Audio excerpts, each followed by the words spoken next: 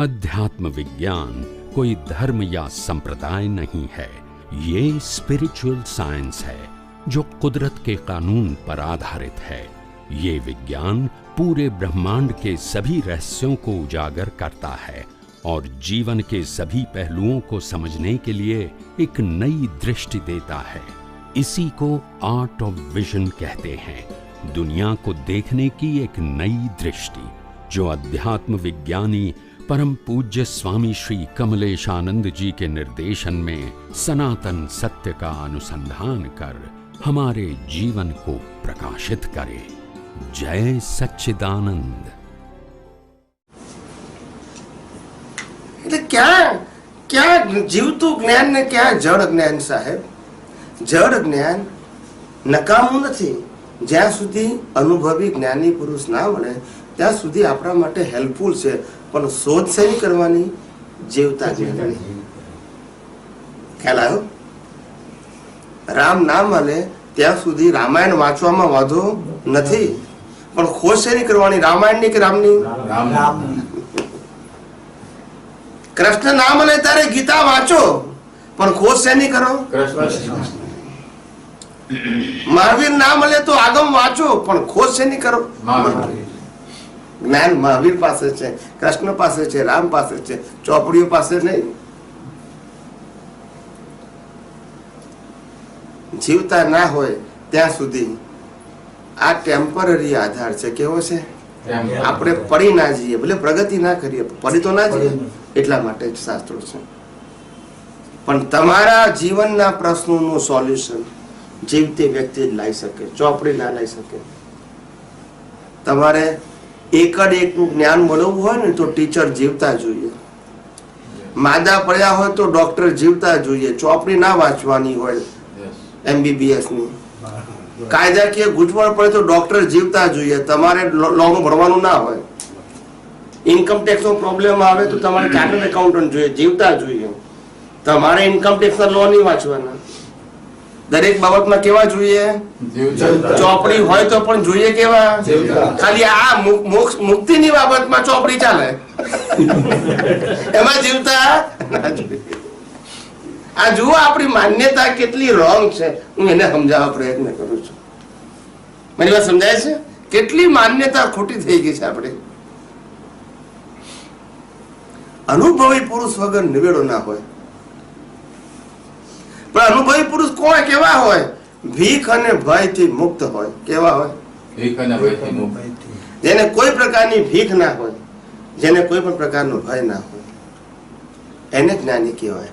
ચોપડીના જ્ઞાનને જ્ઞાન ના કહેવાય, એને પુસ્તકીય જ્ઞાની કહેવાય. શું કહેવાય? એનું બીજું નામ શાસ્ત્ર જ્ઞાની કહેવાય. શું કહેવાય? શાસ્ત્ર જ્ઞાની અને આત્મજ્ઞાની બે પ્રકારના જ્ઞાની હોય. આત્મજ્ઞાની અનુભવી જ્ઞાની હોય, શાસ્ત્ર જ્ઞાની શાસ્ત્રના જ્ઞાની હોય. આ બંનેમાં ફેર એટલો, શાસ્ત્ર જ્ઞાની એટલે શાસ્ત્ર વાંચે, શાસ્ત્ર સમજે અને બીજાને શાસ્ત્ર સમજાવે, એનું નામ શાસ્ત્ર. પણ એ શાસ્ત્ર જ્ઞાની એક પણ વાક્ય શાસ્ત્રની બહારનું ના બોલે અને બહારનું સ્વીકારે પણ નહીં. એનું આખું જ્ઞાન કેટલું છે? ચોપડીની બહાર એને એક વસ્તુનો અનુભવ નથી. એ ચોપડીની જ વાત કરે. અને અનુભવી જ્ઞાની એને કહેવાય જે બોલે એનાથી શાસ્ત્ર બને. શું કીધું? પણ એ શાસ્ત્રમાંથી ના બોલે. કૃષ્ણ ભગવાને અર્જુનને જવાબ આપ્યા, ચોપડીમાંથી આપ્યા? બોલતા નથી કે અનુભવમાંથી આપ્યા? જે મહાન પુરુષો થઈ ગયા ભૂતકાળમાં, એને જે કઈ જવાબ આપ્યા એ ચોપડી વાંચી વાંચીને આપ્યા. તો કિંમત કોની છે? અનુભવની કે ચોપડીની? ચોપડી સબસ્ટિટ્યુટ છે જ્યાં સુધી અનુભવી ના મળે. પણ ખોજ શેની હોવી જોઈએ? અનુભવી પુરુષ, જીવતા, જેને શાસ્ત્રોમાં સજીવન મૂર્તિ કહી. કેવી કીધી? સજીવન મૂર્તિ એટલા માટે કીધું, મૂર્તિ શબ્દ વાપર્યો. જે મન વચન કાયા હોવા છતાં મન વચન કાયાના માલિક ના હોય, જે બધું કરતા છતાં જેનામાં કરતા દ્રષ્ટિ ખલાસ થઈ ગઈ હોય, બધું કરે આપણી જેમ જ બધી ક્રિયા કરે, છતાં જેનું કર્તા પદ ખલાસ થઈ ગયું હોય. શું થઈ ગયું હોય? કરતા ફલા. હું કરું એ જ જ્ઞાન. એ ખલાસ થઈ ગયું હોય એને જ્ઞાની કહેવાય. સમજાય છે કે નહીં? ચોપડીઓ કામ ના લાગે. જે જમાનાના અંદર રામકૃષ્ણ મહાવીર જેવા સમર્થ પુરુષો હતા ત્યારે ચોપડીઓ નથી. ચોપડીઓ નથી. અને આજે ચોપડીઓ છે ત્યારે સમર્થ પુરુષો નથી. આપણને દોરા ધાગા વાળા લીંબુ વાળા જ મળે બધા. અને ક્યાં તો ઘાટ વાળા મળે. કેવા?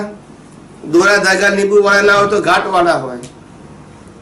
આપણે જયારે મુશ્કેલી થાય ત્યારે આપણને બાપજી આશીર્વાદ આપે અને બાપજીની મુશ્કેલી આવે ત્યારે આપણે દૂર કરવાની. ના સમજાયું? બોલતા નથી બધા. બધા પાક્કા અનુભવી છે પણ બોલતા નથી. બાપજી કે મારે પ્રોજેક્ટ કરવાનો છે 25 કરોડનો. શું થાય?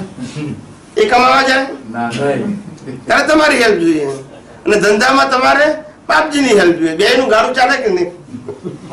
હવે એને બિઝનેસ કહેવાય કે જ્ઞાની કહેવાય? Give and take. શું કીધું? મને આ સમજાય છે? જ્ઞાની ભિખારી ના હોય. એ લોક વંદનીય હોય. કેવા હોય? લોક વંદનીય હોય. એને ભીખ ના હોય, એને ભય ના હોય. અને ભીખ અને ભય કેમ ના હોય? આ જગતનું સનાતન રહસ્ય જેને ખુલ્લું થઈ ગયું હોય. શું થઈ ગયું હોય? આ જગતનું સનાતન રહસ્ય ખુલ્લું થઈ ગયું હોય કે આ જગત કેમ ચાલે છે, કેમ ભીખ નથી, કેમ ભય નથી. એનું કારણ છે